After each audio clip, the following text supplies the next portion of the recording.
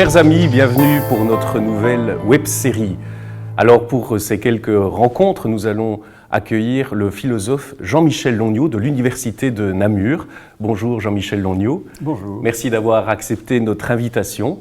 Alors vous êtes philosophe et j'ai envie, avant de vous demander de quoi vous allez nous parler, de vous demander votre définition de la philosophie. Parce qu'on sait que pour certains, la philosophie paraît une démarche intellectuelle peut-être abstraite, qui fait peur, énigmatique. On ne voit pas toujours le lien nécessaire peut-être avec l'existence, avec la vie. Alors chaque philosophe peut-être déploie une manière de faire de la philosophie, qu'il reçoit mais qu'il invente aussi. Est-ce que vous pourriez nous dire en fait en quoi consiste votre acte philosophique et votre travail donc ? On pourrait, oui, donc si je dois définir la philosophie, je dirais que d'abord c'est vrai que c'est un discours théorique, en tout cas le discours universitaire, puisque l'université c'est accaparer la philosophie, on a fait un discours théorique, critique et autocritique, donc qui essaye de réfléchir sur les grandes questions de l'existence et sur les principes premiers, enfin ce genre de choses. Mais maintenant, la philosophie est plus que cela. On dit aussi parfois que c'est une sagesse, c'est-à-dire que la philosophie, c'est aussi une démarche qui essaye plus modestement que de faire de la théorie, qui essaye tout simplement de mettre des mots sur l'expérience, comme d'autres disciplines d'ailleurs, donc à ce niveau-là, elle n'a pas de monopole, mais de mettre des mots sur l'expérience humaine. Alors pourquoi ? Tout simplement parce que si on veut vivre pleinement une expérience, il ne suffit pas de la vivre, il faut la vivre jusque dans ce qu'elle donne à penser, jusque dans les mots qui essayent de la dire, pour la prise de conscience peut-être, et pour la communiquer aussi.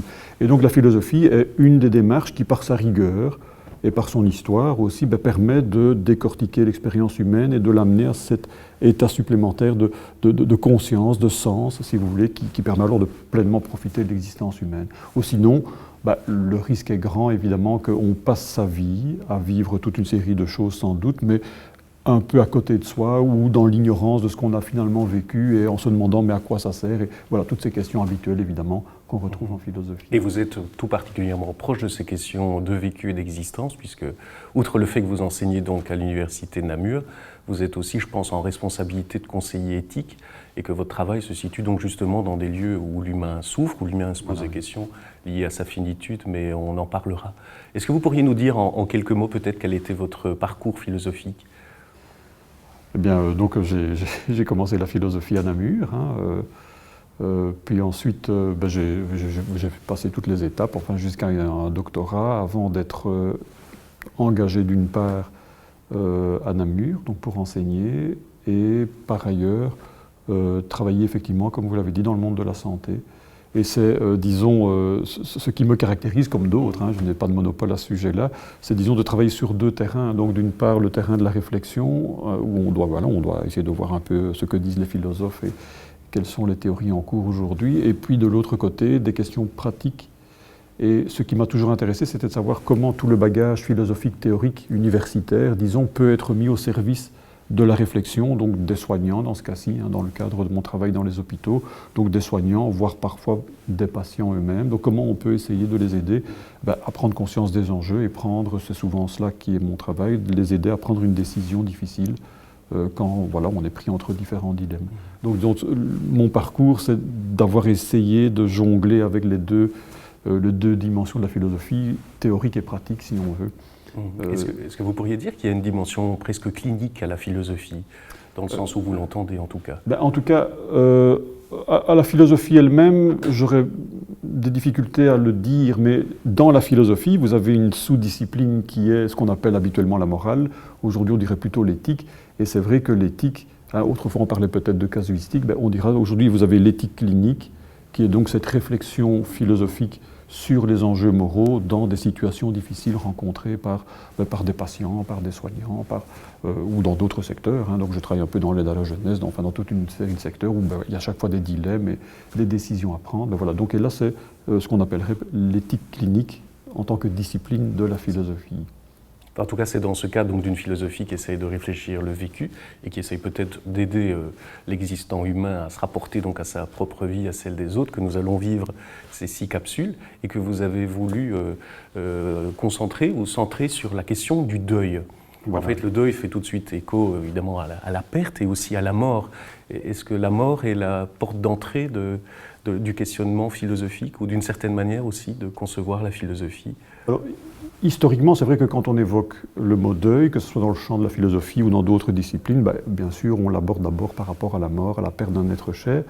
Mais ce qui est important de constater, quand vous prenez un peu de recul, c'est que dans le fond, le deuil concerne toutes les expériences que nous sommes amenés à vivre et on pourrait dire de manière assez imprécise, expériences telles que plus rien ne sera jamais comme avant.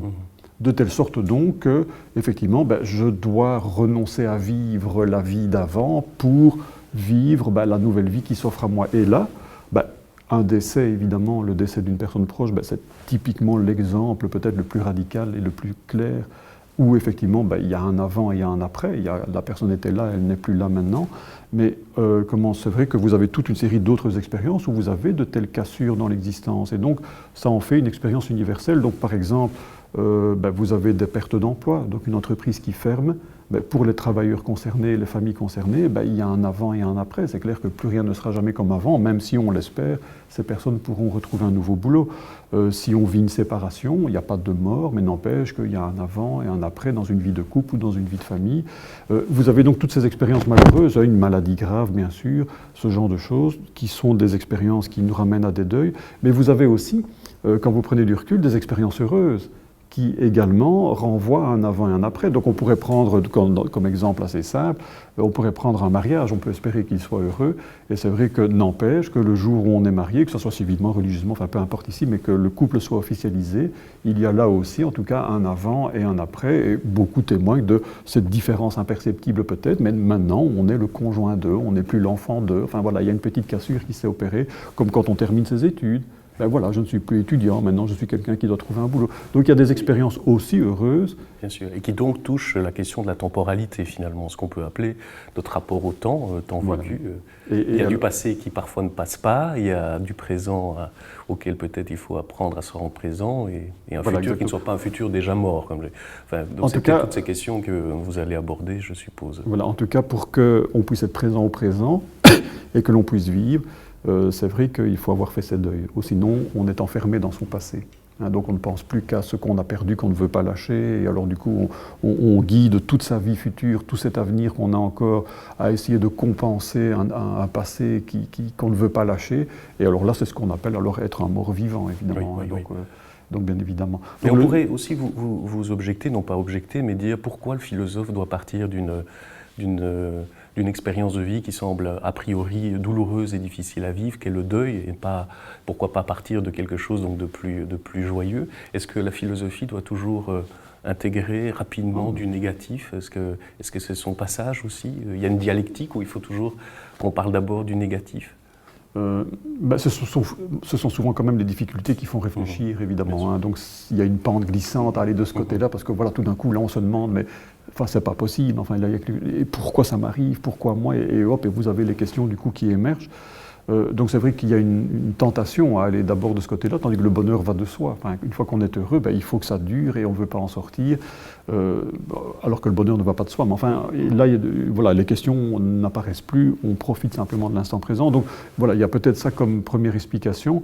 Mais maintenant, c'est vrai qu'en prenant la question du deuil, si culturellement ça évoque d'abord des expériences malheureuses, comme on l'a dit il y a 2 minutes, ça évoque aussi normalement, ça devrait évoquer en tout cas des expériences heureuses. Donc il y a une espèce de neutralité, si vous voulez. Donc on ne se prononce pas quand on parle du deuil, sauf si vous partez des présupposés habituels. Mais quand vous réfléchissez un peu, c'est vrai que dans le fond, ça vaut aussi pour les expériences heureuses. Et remarquez que ce qui est intéressant, c'est que c'est ce qui explique pourquoi il y a des gens qui sont incapables d'être heureux. Parce qu'être heureux suppose qu'on soit capable de lâcher, évidemment. Et il y a des personnes qui, effectivement, sont incapables de se lancer dans un projet de famille, par exemple, dans un projet de couple ou dans un autre projet quel qu'il soit, parce qu'il y a cette peur, il y a cette crainte de perdre tout ce que l'on a déjà. Donc, à travers les expériences heureuses, ça montre aussi pourquoi, éventuellement, parce que certains sont incapables de faire le deuil que cela implique, pourquoi certains se rendent effectivement incapables, du coup, d'être heureux eux-mêmes. Donc, oui. Donc ça veut dire même dans une situation peut-être heureuse ou dans une relation heureuse, il y a peut-être déjà une sorte de place d'une sorte de perte ou de manque Voilà. auquel il faut consentir. Oui, on pourrait dire qu'il y a aussi... On pourrait le dire de manière très simple. Hein. Dans le fond, il ne faut pas demander au bonheur plus qu'ils ne peuvent nous donner. Et donc c'est vrai que si on en profite et si on en jouit dans l'instant présent, l'erreur, évidemment, c'est de demander que ces bonheurs durent dans le temps.